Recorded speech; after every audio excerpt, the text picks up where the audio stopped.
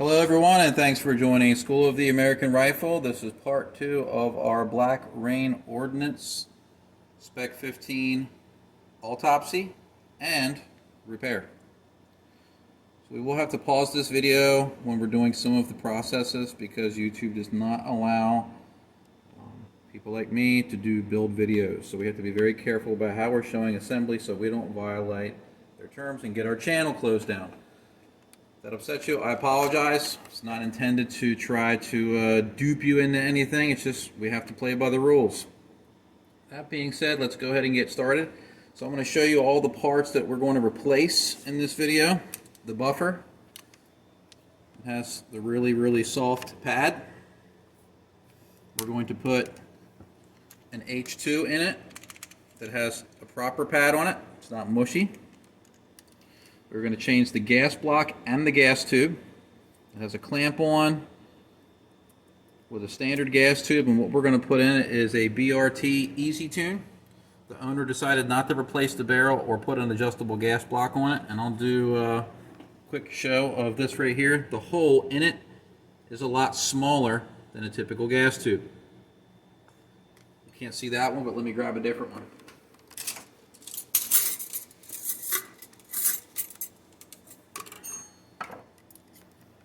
We are side by side. The bottom one is the BRT, top one is the standard gas tube. So this is going to restrict gas flow into, I'm having a little bit of a light issue. It's going to restrict gas going into the gas block and into the gas system.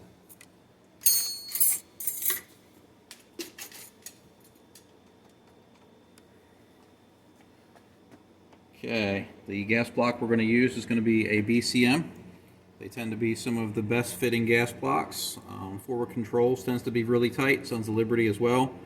I like a gas block that has a good fit to the barrel to give you good gas system efficiency. So we're going to put that on there.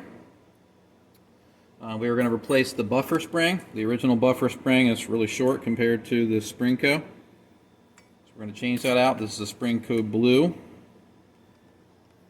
extra power spring.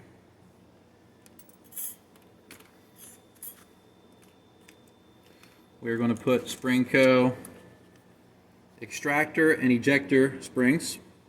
These are an upgrade over the standard ones. We're going to replace the carrier key and screws because it was loose. We're going to replace the firing pin retaining pin. You can see that's pretty beat up. The legs are different lengths. We are going to replace the firing pin even though we don't have issues with protrusion. An overgas gun will beat up the firing pin retaining pin. So what we're going to do in this video is we're actually going to put a titanium firing pin, and this is a JP. And what the JP light firing pin does, they don't advertise it as this, but if your gun is overgassed, the bolt carrier is going to come to the rear with a lot of momentum. And when it does that, it wants to leave the gun as it comes to the rear. So this is the buffer system. Bolt carrier comes back. This thing wants to basically slam out of the gun when it comes to a stop, and it damages the retaining pin. If you can make the firing pin lighter, it's less force being applied to that. The same thing if you have a poor gas seal between the bolt tail here and inside the carrier where that seals. Gas will leak by and then slam into the firing pin and try to drive it out of the gun. If you can make it lighter, it has a little bit less force being applied against it. So we're going to replace the firing pin. So gas tube, firing pin, buffer spring, buffer, that. We're going to put 3 new Sprinco gas rings in it.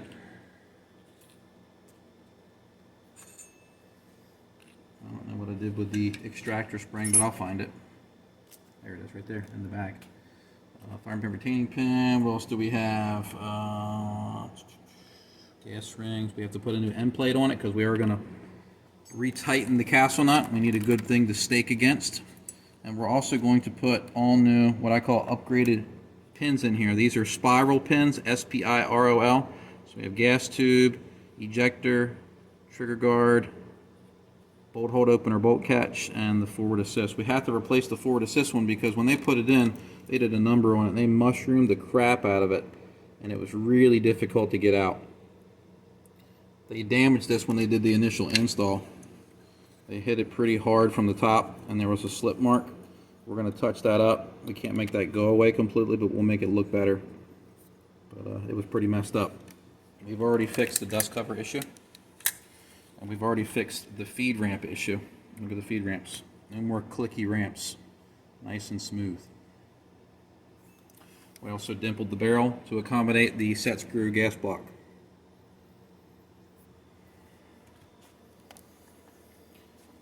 Alright, so let's get this Forward Assist on real quick.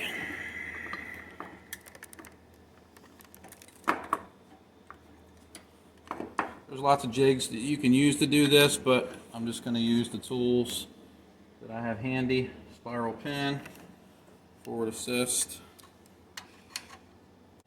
Alright, we had a little bit of a technical problem with the Forward Assist that was on here. And this also hit the camera, so we had to do some readjustments. When we put the Forward Assist in here with no spring, it binds up heavily. I can't get it to move here, and I actually had to tap it out. So, could not get this thing to go in freely. So, there was something wrong with the Forward Assist. So we're going to take another Forward Assist, put it in here, and this one's moving freely like it should. So let's give this another go.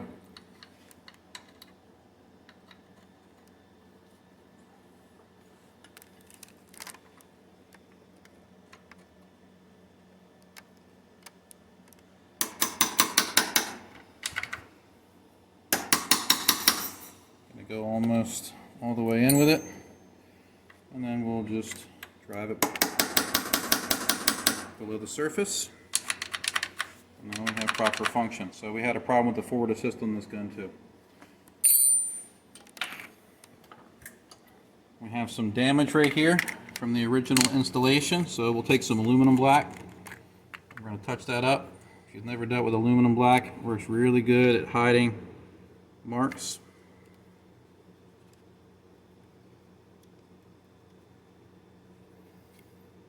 It's an acid that will darken aluminum. So if you have olive drab, flat dark earth, it's not going to work that well for you. It's mainly to touch up things that are black in color. I'm basically just abrading the surface, getting rid of any air pockets. That makes the stuff work a little faster.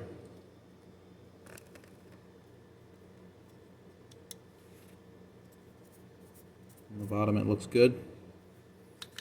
Nice smooth operation. I'll let it sit there and do its thing for a few minutes so it'll darken up. And we'll come back to it and take a look. Alright, so upper receiver, we're ready to mount this up.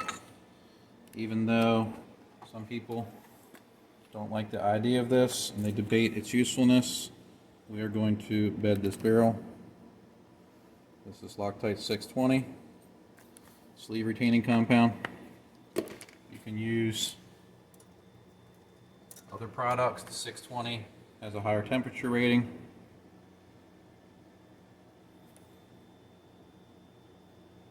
This is not permanent. It does not permanently glue your barrel in, but it does make your gun more consistent if you have a poor fit between the upper receiver and the barrel extension. And there's a deeper conversation you can have about this when it comes to the necessity of it. People will debate that the upper receiver constricts when you tighten down the barrel nut. It does, but sometimes it's not a perfectly round peg and not a perfectly round hole, and this fills the inconsistencies. That's the short and skinny of it. Basically just work it in there, make this as tight as possible, and then I'm going to take my paper towels and I'm going to wipe off any of the excess.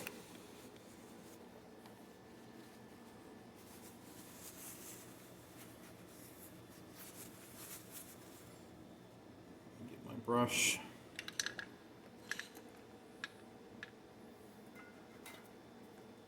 I'm going to get all the stuff out of the threads.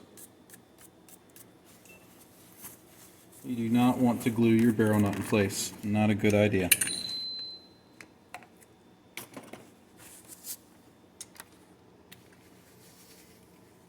Now we're going to grease the barrel nut up.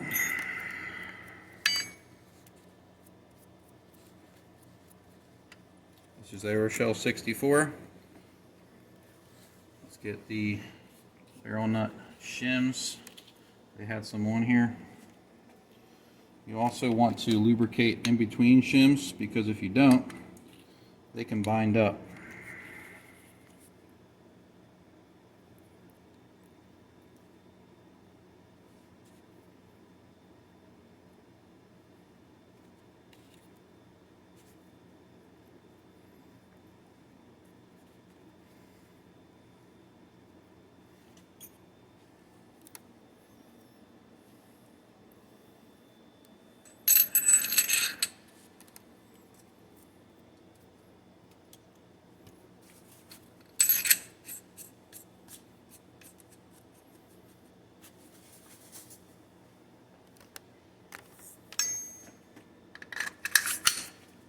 SURR, my preferred tool for barreling an upper. It prevents the upper and barrel from not being timed properly. Feels pretty good. Let me get my torque wrench. Normally you would want to season the threads, but since this has already been installed, I'm not going to worry about it.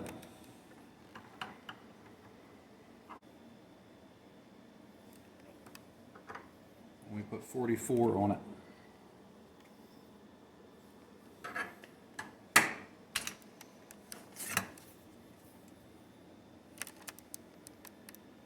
Basically want to make sure that it's timed, the nut with the hole in the upper receiver.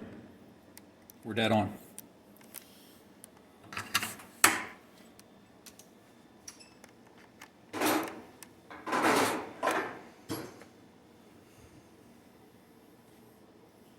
Okay, let's check our Aluma Black.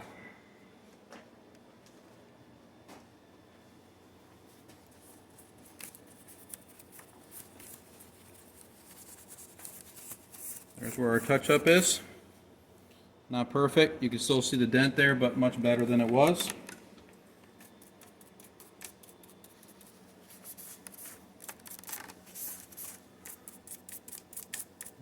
Looks like we can still see a little bit of it there.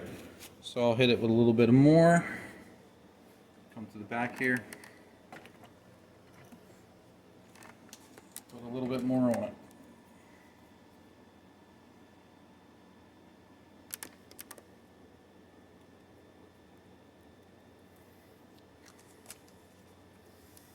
Okay.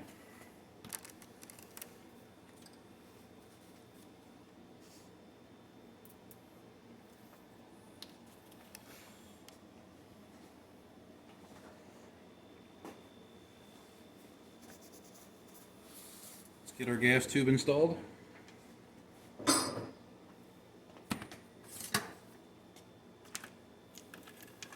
This is the restricted BRT gas tube, so this one's going to have a smaller hole in it.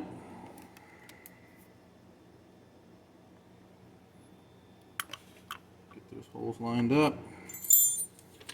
Use your roll pin punch as a slave. Make sure things are lined up so you don't blow your pin up.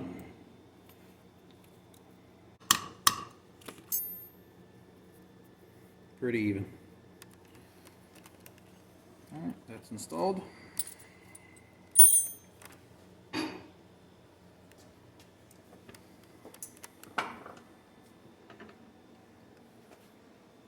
Barrel, our gas tube, gas block. I'll have to find the right bit for this.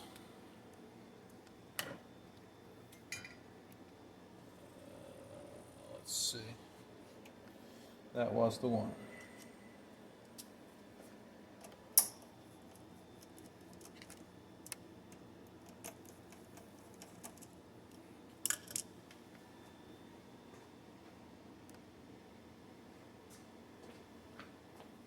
A little trick I use in the classes, I use a little thumb screw here so I can lock it into the dimple in the barrel.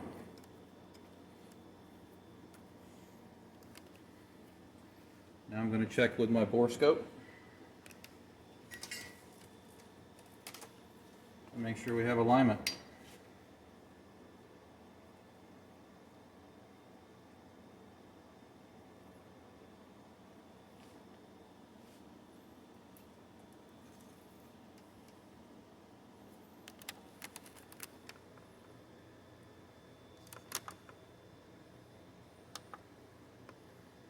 We got some reflection.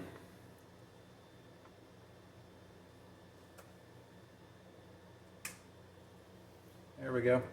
So right here, this is our undersized port, and this is our gas block that we can see around it. So we're pretty much dead on as far as alignment goes. And as you can see, there's a little bit of erosion on this barrel right there, right at the edge of the gas port. And I would say, based on what I'm seeing here, this barrel has at least 1,000 to 2,000 rounds on it. So it has some use. So we'll take out our bore scope. The rest of the barrel looks pretty good.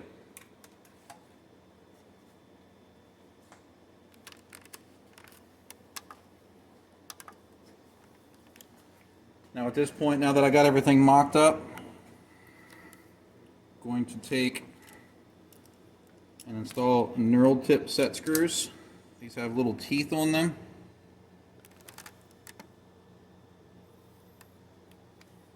I like to use rock set. Some armor, some companies will use high temperature red, or they'll use blue Loctite. I've seen it shoot loose before, so I don't trust it. Get that started. Set my wrench 15 to 20. I'll go 20. Knurled tip set screws are one and done. So it's important to understand that once you tighten it one time, you try to loosen it to line things up, you've ruined the teeth on it.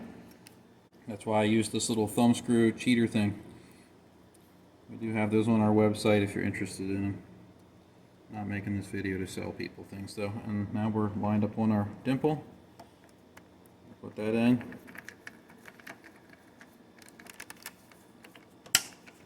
Boom, we're good. Let me clean off the excess.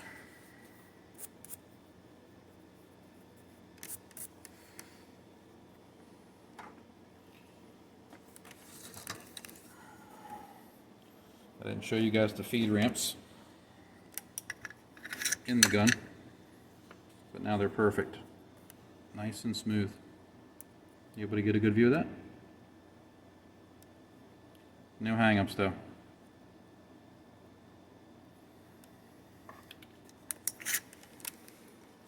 Alright, we're going to check alignment here in a few minutes. We got to get our new carrier key installed, but let's go ahead and put our muzzle device on. Just going to use a crush washer, so lube is your friend. I'm going to reach over here, crush washer, grease both sides of it. If you don't grease it, it could bind up.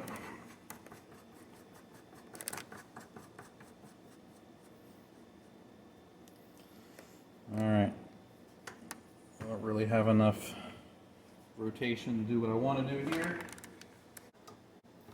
to get it timed.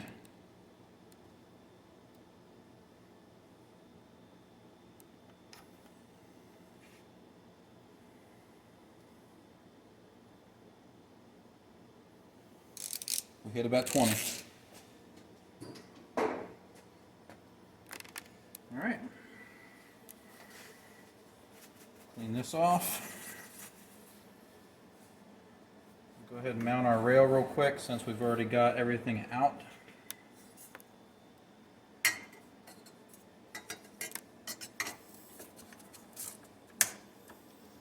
Let me get the right bit and screws for this.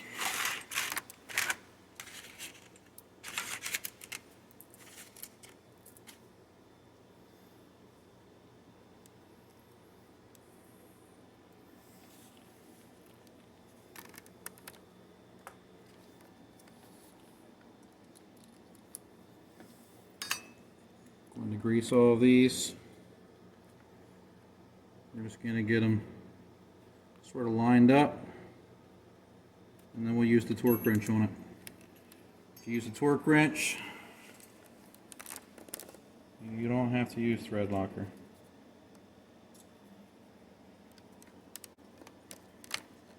Companies include thread locker because people don't have torque wrenches. It's not usually needed for the rail system.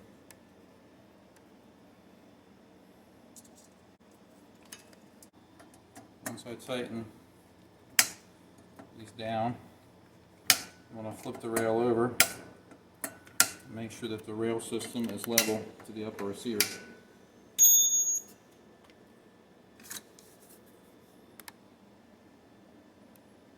And it is. I'm looking between those two surfaces. Our rail system is mounted up, nice and level.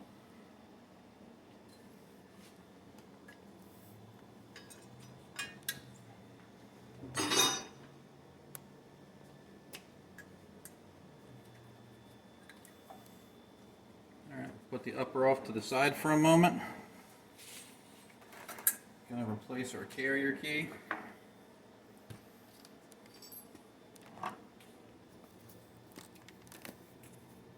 I've already trued this up.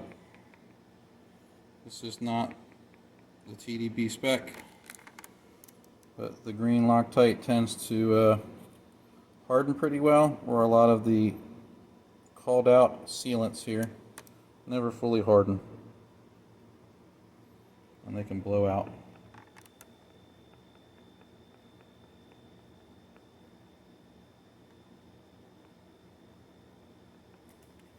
I've already resurfaced the carrier key there.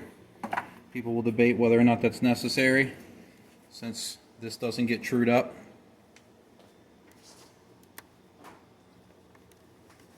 But you have to have some really nice machinery to clean that up because it's recessed.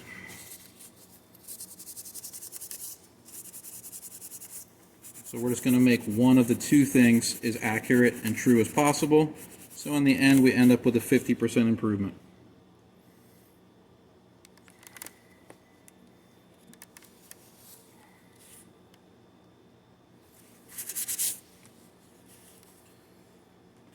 Get the screws, put a little bit of lubricant on them. I do have another video that goes into detail about replacing a carrier key. You can watch that. Why am I lubing the screws? Because you want a wet torque value for the fasteners on the AR15. Now we're going to put it into our staking fixture. This is a Michigan's MOAX. Ned Christensen makes these. I love that guy, he's a mad scientist. To get a different bit.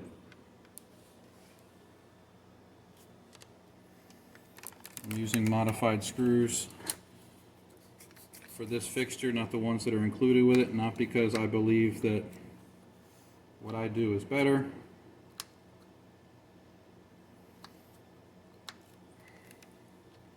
but because they do different looking staking. This helps line things up.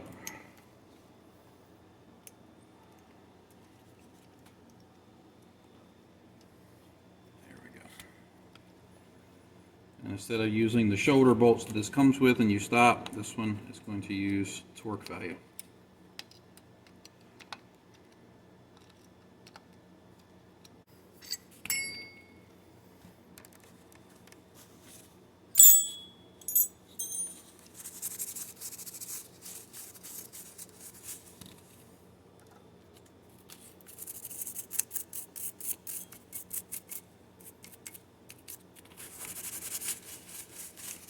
Trying to clean up all my grease.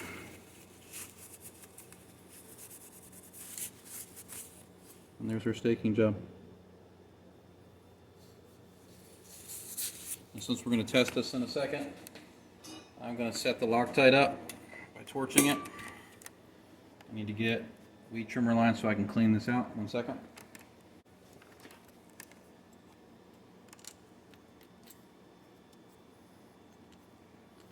Make sure none of the green Loctite got up into the port.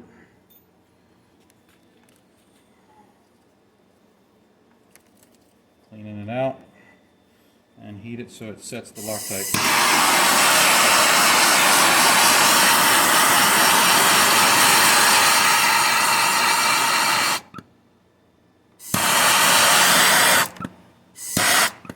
I'll set this over here for now and let it cool. Let's work on the bolt.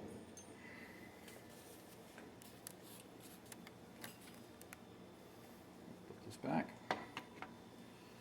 Alright, we have cam pin, firing pin, extractor. Let's take this extractor spring out. This is a Sprinco 5 coil. Let's get our ejector spring, our ejector, retaining pin, 3 gas rings, and the ejector. Okay.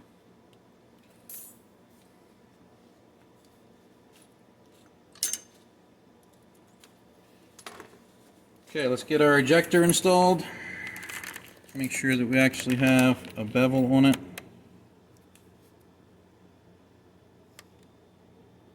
And we do.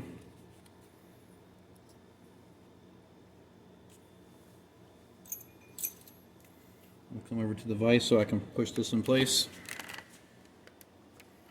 I'll find a pointed spot, drive it in. Now it's slaved. And put it into my bolt vise.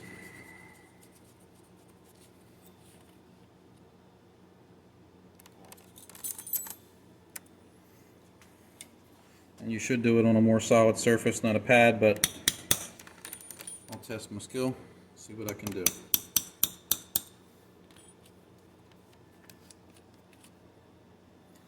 a brass punch.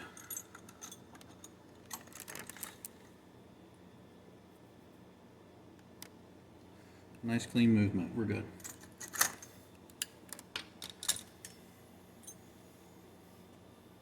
Okay. Let's put our extractor spring in. Put our insert in. We're not going to use the donut. And that popped in place. You don't want to mash on your spring. You can damage stuff. If you're using a good spring, you should not need the insert and the donut. Let's get our gas rings on. Look at these.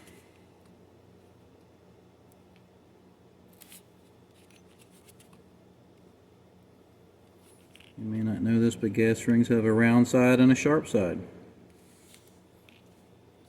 And I want them all to go in the same direction.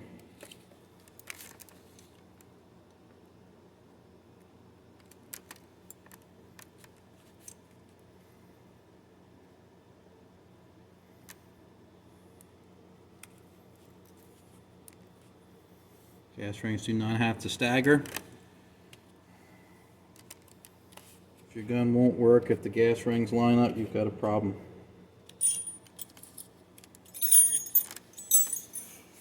Alright, firing pin, retaining pin will go in last. Cam pin, I've dimpled it. Put it in the same direction. It cuts down on wear between the bolt and the cam pin, but not only just there, but this edge and inside the upper receiver. These two sides can create different wear patterns inside your upper, and your upper can get a deep groove in it, and that can cause problems, contrary to what some of the experts claim. Okay, let's check our carrier to see if it's still hot. We're good. Let's check carrier key to gas tube alignment. So we're going to go straight up and down. We want this thing to drop straight down with no binding on the gas tube, and we're good. Nice and clean. That's what we want. Put our bolt carrier back together.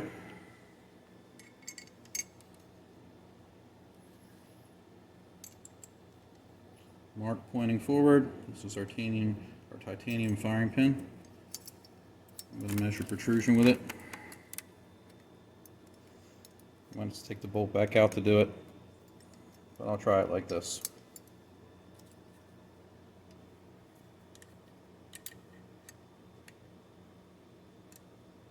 $30. We're good.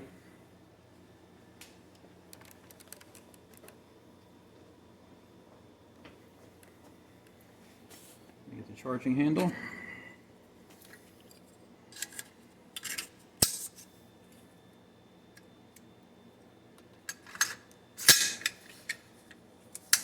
Upper receiver is done.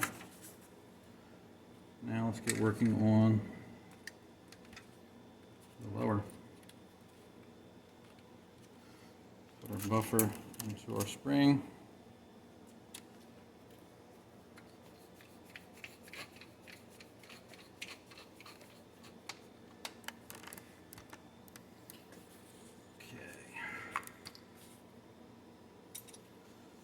Alright, first thing we have to fix on this is, I'm not too fond of these pins that are in here, so I'm going to put a stainless steel spiral pin here. I'm going to replace this pin here. So, let me get a different tool. Okay, put this here. Looking for the slab-sided punch and my hammer.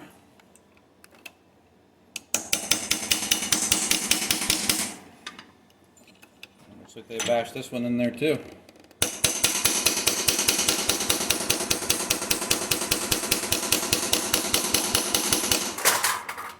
Stuff's falling over.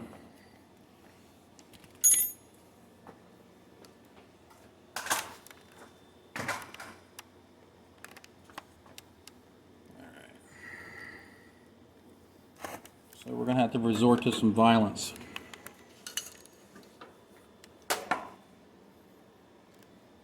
Yeah, that pin is in there way too tight. And I put a mark right there because I didn't tape things. So we'll have to break out the aluminum black. And I'll give my friend a discount on the work. That's Coil oil. Let's see if I can drive this thing out now.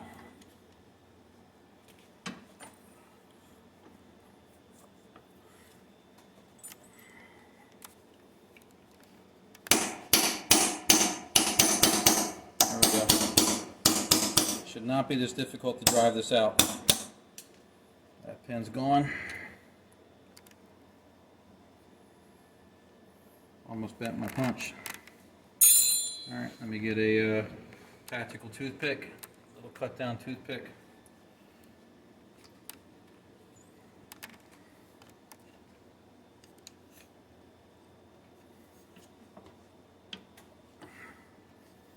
Left 2 marks on it, should have taped it up.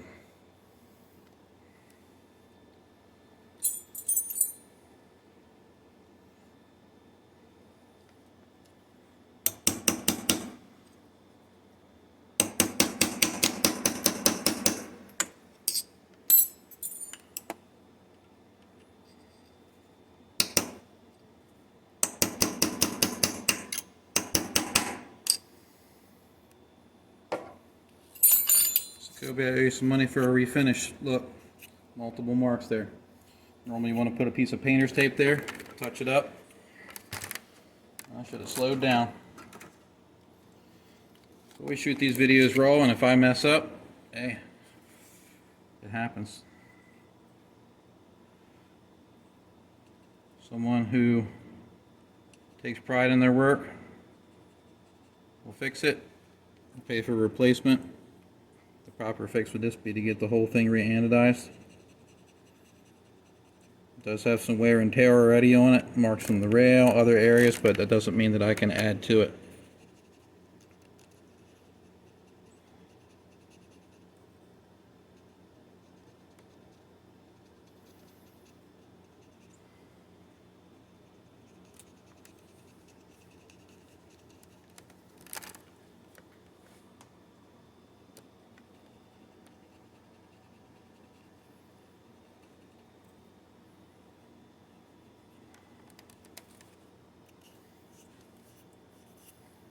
Touched it pretty good. You can still see the defects in the subsurface though. But it's all black now. So I'll talk to my friend about it, see what we can do. That's not okay with me. Trigger guard press is up next. There's lots of tools you can use to drive this out, but since they already drove this thing in so hard on the previous pins, I'm really worried about that one.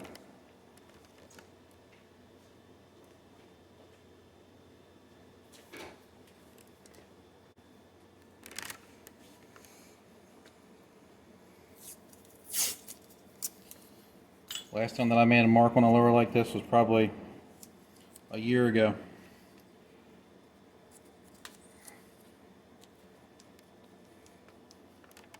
It'll haunt my dreams.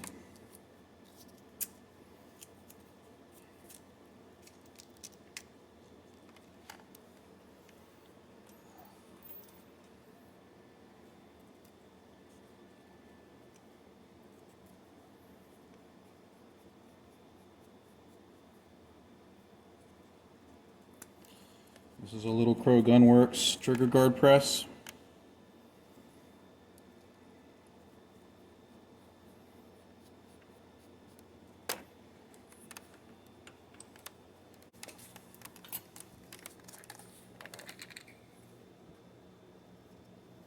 Sometimes when you're driving the pins in and out of the hole, it'll take some anodizing off the edge of the hole. So we're just going to touch it up, that's all.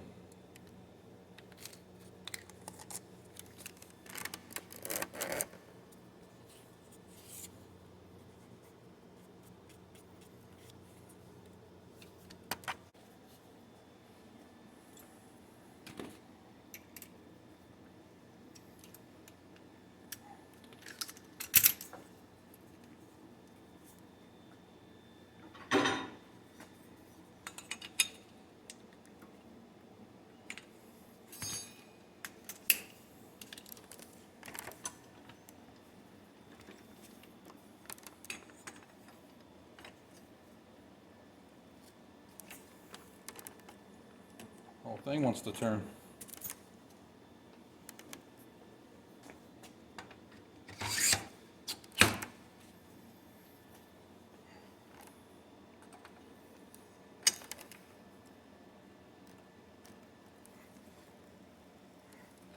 They've got thread locker or something on here.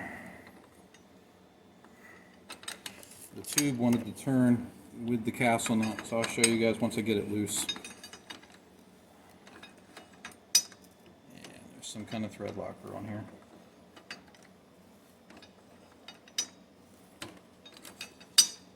And it still didn't keep it in place.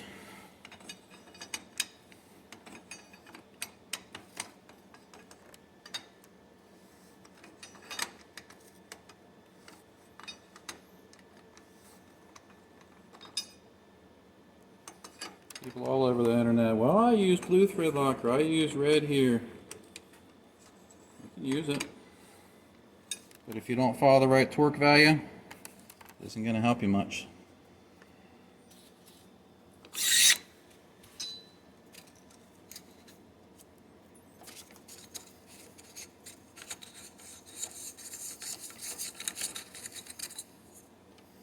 Yep, all over the tube. We're going to be replacing the end plate anyway. I'm going to have a heck of a time trying to get that thing off of there without messing the tube up.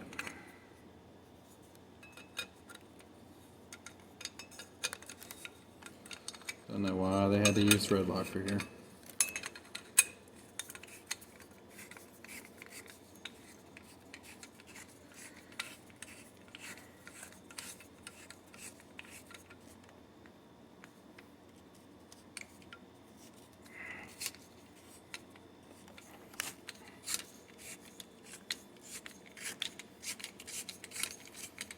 Threads here should be lubricated with aerosol, torqued 38 to 42 foot-pounds, and staked in a minimum of 2 places.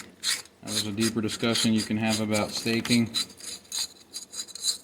whether or not it's going to be right for all applications, but for most, if the parts are made right, you should be staking.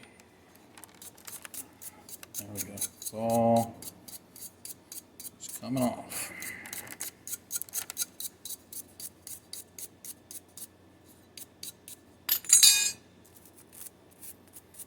What a mess. To get an accurate torque value, got to make sure that these parts move freely. And they do.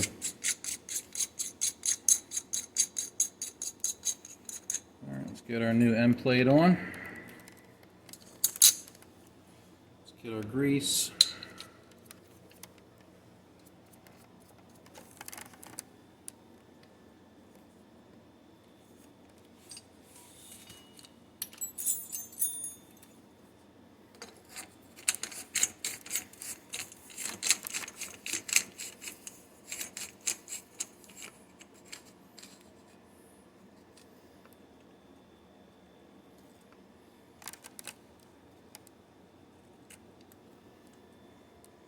grease again.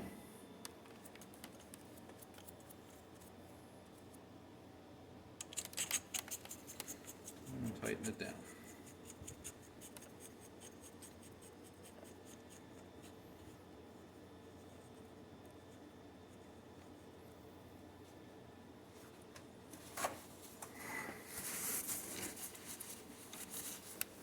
We're going to use Tack 1 sports jig here. Locks into the lower to prevent the tube from rotating when you're trying to torque things down.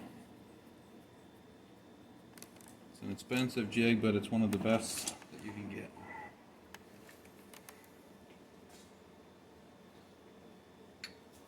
Let's set our torque wrench.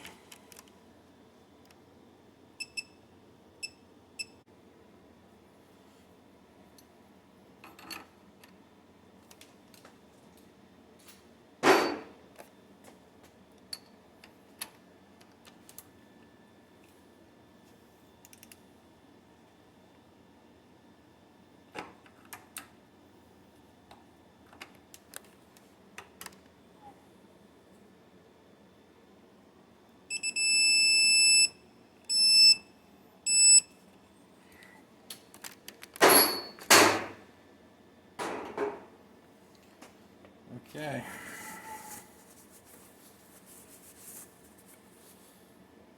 Now we're going to stake. Minimum of 2 places.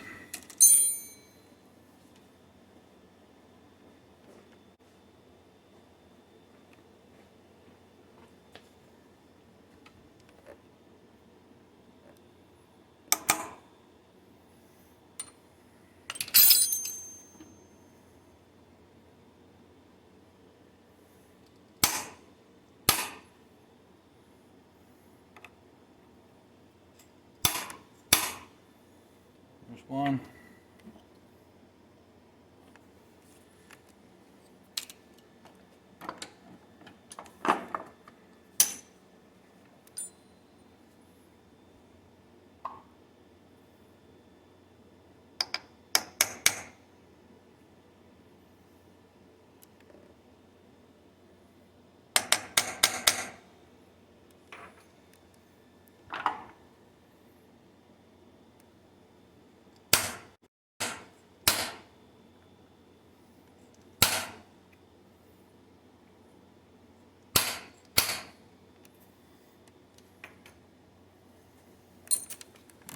Got 2 stakes. Let's get our cold blue. Let's touch this up.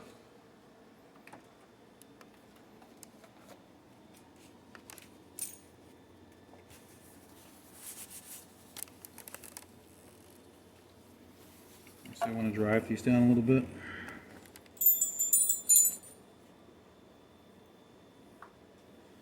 Stake sitting up a little bit.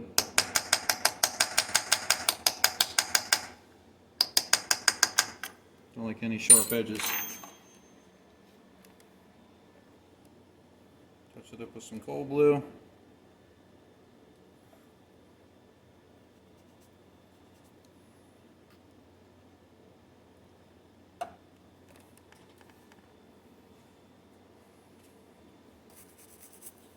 You want to wash this off with water when you're done because cold blue will continue to react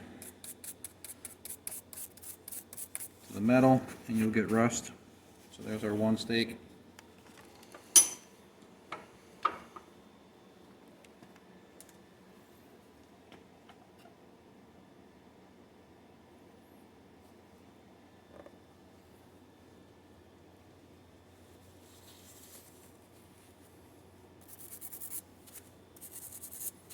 All right, 2 spots.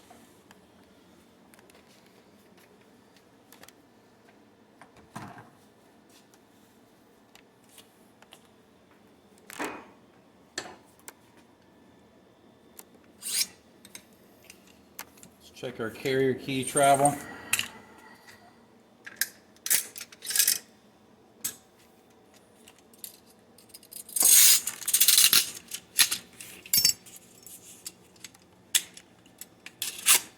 Too narrow. I can tell just by looking at it.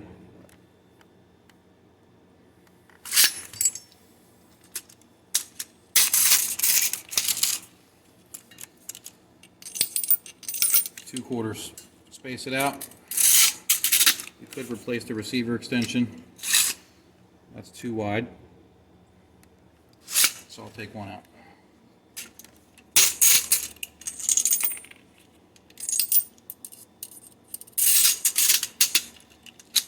You could put a new receiver extension in here to get the right timing.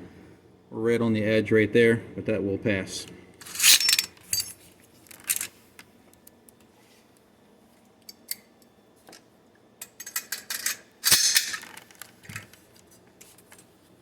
Okay, let's get our pistol grip and the selector back on.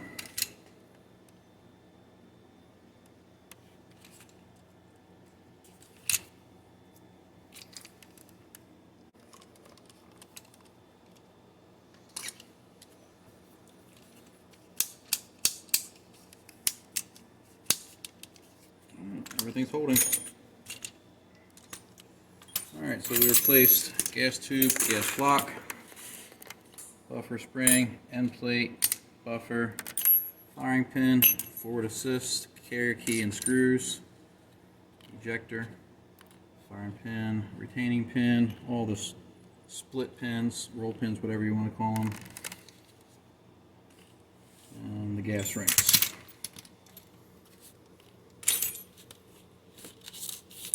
Okay, and now we need to get the stock.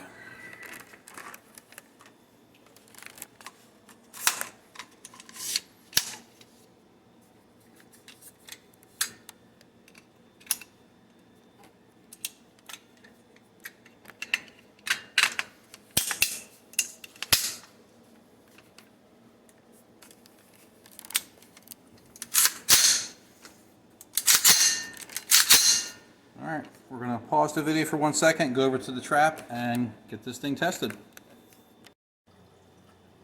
Alright everyone, we're in the trap. Everyone has eyes and ears on. Have a fully loaded mag. We're going to put just a couple rounds through it.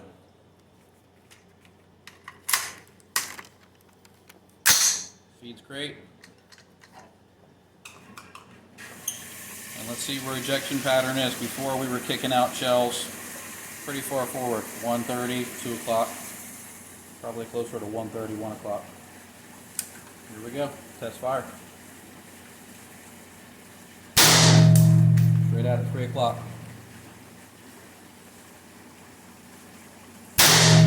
Actually coming further back this way. Right there. So we have about 4 o'clock ejection, about perfect. Try to turn it this way so you can see the pattern.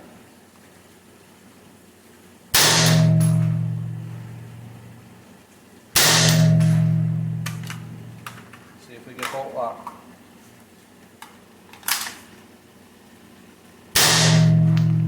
Right about here, beautifully gassed. We have proper bolt hold open.